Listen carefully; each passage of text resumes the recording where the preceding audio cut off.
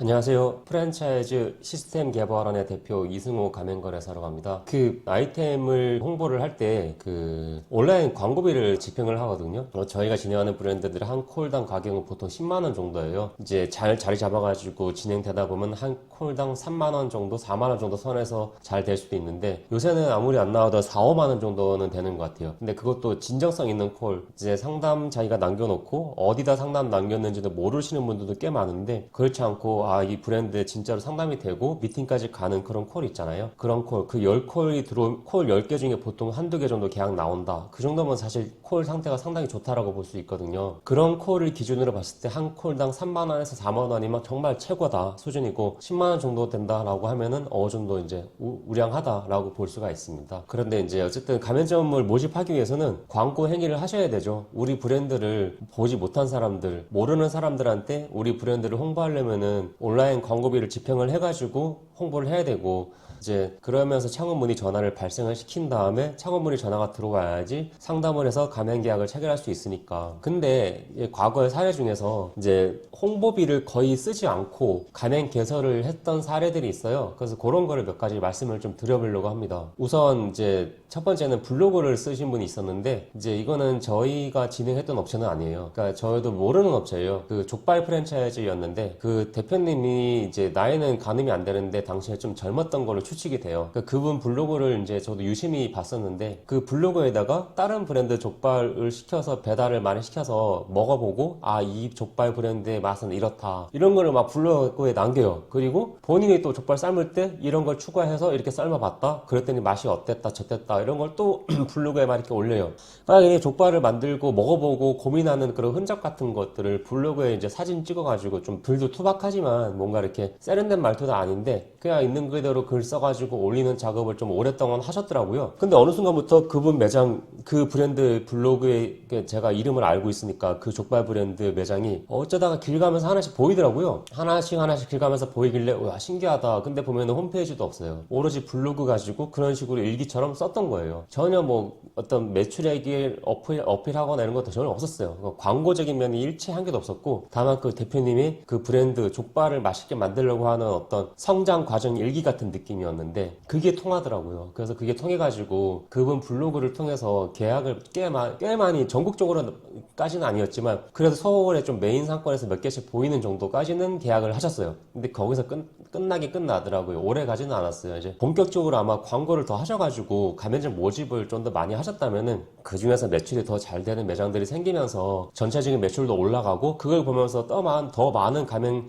이제 점이 좀 늘어나고 가속도가 붙으면서 100개, 200개까지 나갈 수 있었을 텐데 근데 그러면 그 정도까지는 안 나갔었거든요. 그러니까 그 블로그라는 거에 파급력이 그렇게 강하진 않았던 것 같아요. 그러니까 잘 됐을 때 광고를 좀 태워가지고 좀 적극적으로 가맹 영업을 했어야 되는데 그렇게 하지 않았다. 그래서 이제 어느 정도 가다가 말았다. 하지만 효과가 있었다는 게 저는 상당히 인상적이었습니다. 그리고 또 두 번째는 이제 어떤 브랜드가 유행 탈 때가 있어요. 그때마다 뭐 유행 타는 브랜드가 있고 치고 나가는 선두 브랜드가 있다는 거죠.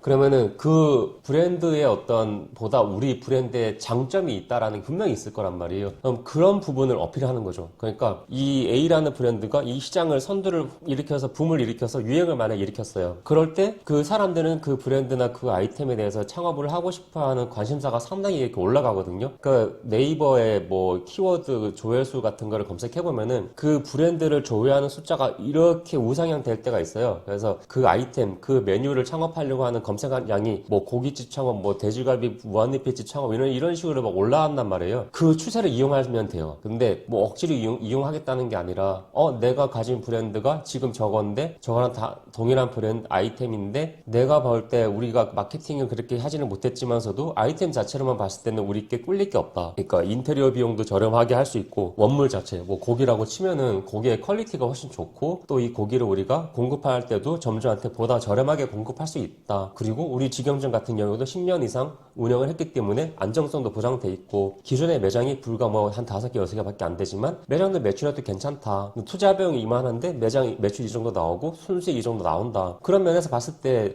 뭐랄까 잘 나가는 브랜드보다 매출액이 설령 높지는 않는다 하더라도 마진율하고 고기의 퀄리티 맛이라든가 창업 비용에서 우위를 점할 수 있으면은 충분히 승산이 있거든요. 그러면은 이제 그 아이템, 그 브랜드명을 알리기 위한 광고를 하기보다 이 그 돼지갈비 무한리필에 대한 어떤 유행성을 사람들이 조회를 많이 한단 말이에요. 그럼 그 키워드를 활용해가지고 우리의 장점, 딱 그 몇 가지 장점을 어필을 집중적으로 하면은 사람들은 이 프랜차이즈 창업 같은 경우는 최소 몇천만 원을 소진하기 때문에 창업자 입장에서도 한 가지 브랜드만 꽂혀가지고 창업하는 사람보다는 나 여기도 상담 받아보고 여기도 상담 받아봐야지 최소한 2군데, 3군데 이상은 상담 받아볼 거란 말이에요. 왜냐면 원체 창업 비용이 비싸고 한번 창업해버리면은 빼도 박도 못하는 경우가 많잖아요. 그러니까 사람들이 신중할 수밖에 없다. 그러면은 그 키워드 활용하는 거를 통해서 광고비를 좀 활용을 잘 하면서 광고비를 적게 쓰면서도 사람들의 반응을 많이 끌 수 있다. 근데 전제 조건이 뭐냐면은 급조한 아이템이면 여기서 안 먹혀요. 딱 누가 봐도 이거는 유행 따라서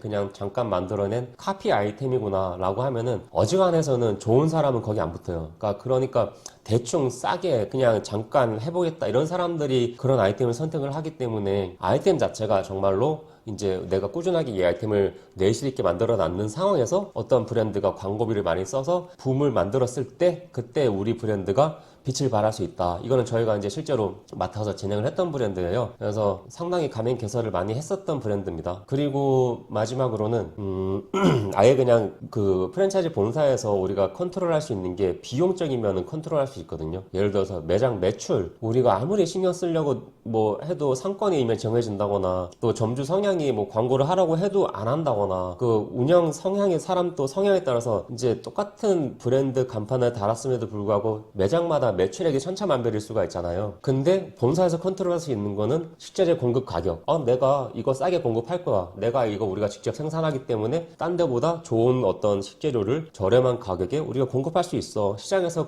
사람들이 사는 것보다 더 유리하게 공급할 수 있어. 이런 거는 우리가 본사에서 컨트롤할 수 있고 메리트로 작용할 수 있는 부분인 거잖아요. 그런 부분을 적극 활용하는 거거든요. 그래서 예전에 어떤 대표님이 이제 개육을 가공하는 공장을 소유를 하고 계셨거든요. 거기서 이제 뭐 이것도 만들고 파우더 같은 것도 만들고 그렇게 그 공장에서 이제 직접 이런 걸 하다 보니까 개육 공급을 되게 저렴하게 해도 본사에서 남았던 거예요. 그래서 그 당시에 파로닭을 3,200원에 공급을 한다. 그거를 그러면은 반응이 좋을 것이다. 그리고 또 저희가 그거 가지고 그냥 어필했어요. 그 홈페이지 만들 때도 제일 먼저 들어갔던 게 파로닭에 3,200원. 그 가격을 있는 그대로 오픈해버렸어요. 그러니까 상당히 문의가 많이 들어왔고, 어쨌든 치킨집도 마찬가지로 창업을 할 때 사람들이 여기저기 알아본다는 거죠. 이 브랜드, A 브랜드, B 브랜드, C 브랜드 다 알아보면서 개업 얼마에 들어와요, 원가 얼마에, 창업비용 얼마에 했을 때 우리가 한 가지 확실하게 메리트 되는 부분이 있잖아요. 여기는 창업비용도 되게 저렴했습니다. 인테리어 비용도 자율로 풀어서 진행을 했고 또 메뉴 자율까지도 했어요. 근데 메뉴를 자율로 하면은 우리가 그럼 치킨 말고, 이 프랜차이즈 본사는 치킨을 많이 공급을 해야지만이 남는 게 많잖아요. 물론 여기 치킨 말고도 포차 안주 같은 메뉴도 공급하는 게 몇 가지가 있긴 했지만 그 외적으로도 점주가 원하면은 추가적으로 자기 마음대로 추가를 할 수 있게끔 자율을 풀어놨단 말이에요. 근데 저희가 진행했던 업체들 중에서 이렇게 진행하는 데가 두세 군데가 더 있었는데 이 매장들이 결과적으로 오래 살아남았어요. 그러니까 가면 점주 입장에서는 그 유행 타는 메뉴를 더 추가하고 싶기도 하고 성향에 따라서 이런저런 것도 추가해보고 그게 가맹점을 오랫동안 운영시키고 생존하게끔 만들어주는 거는 확실히 있긴 있더라고요. 그러니까 본사 입장에서는 내가 이 메뉴, 우리 주력 공급 메뉴만 팔게 할 것인지 아니면은 점주한테 자율적으로 선택권을 줘가지고 점주의 어떤 운영 기간을 좀 더 늘려줄 것인지 선택을 하는 데 있어서 뭐가 좋다 나쁘다고는 제가 명확하게 답을 못 드리겠지만 확실히 점주가 오래 가면서 본사에서 공급하는 물건도 오랫동안 소비를 하더라. 그런 거는 좀 더 장기간으로 가는 면이 있더라. 그런 추세를 제가 많이 봤었습니다. 그래서 제가 잠깐 말씀드렸던 거는 본사에서 공급하는 물건의 가격은 본사가 컨트롤 가능하니 그 부분을 저렴하게 공급할 자신이 있다면 그거를 어필하는 것도 충분히 효과가 있더라. 그렇게 말씀을 드려보고 싶었습니다. 제가 지금 허접합니다. 이게 영상이. 왜냐면은 직원들도 바쁘고 제가 그냥 혼자서 이렇게 하는 거예요. 시간 내가지고. 그래서 좀 이게 그래도 글자를 키우니까 보기가 훨씬 낫죠? 앞으로도 이런 식으로 좀 더 해보겠습니다. 시청해주셔서 감사합니다.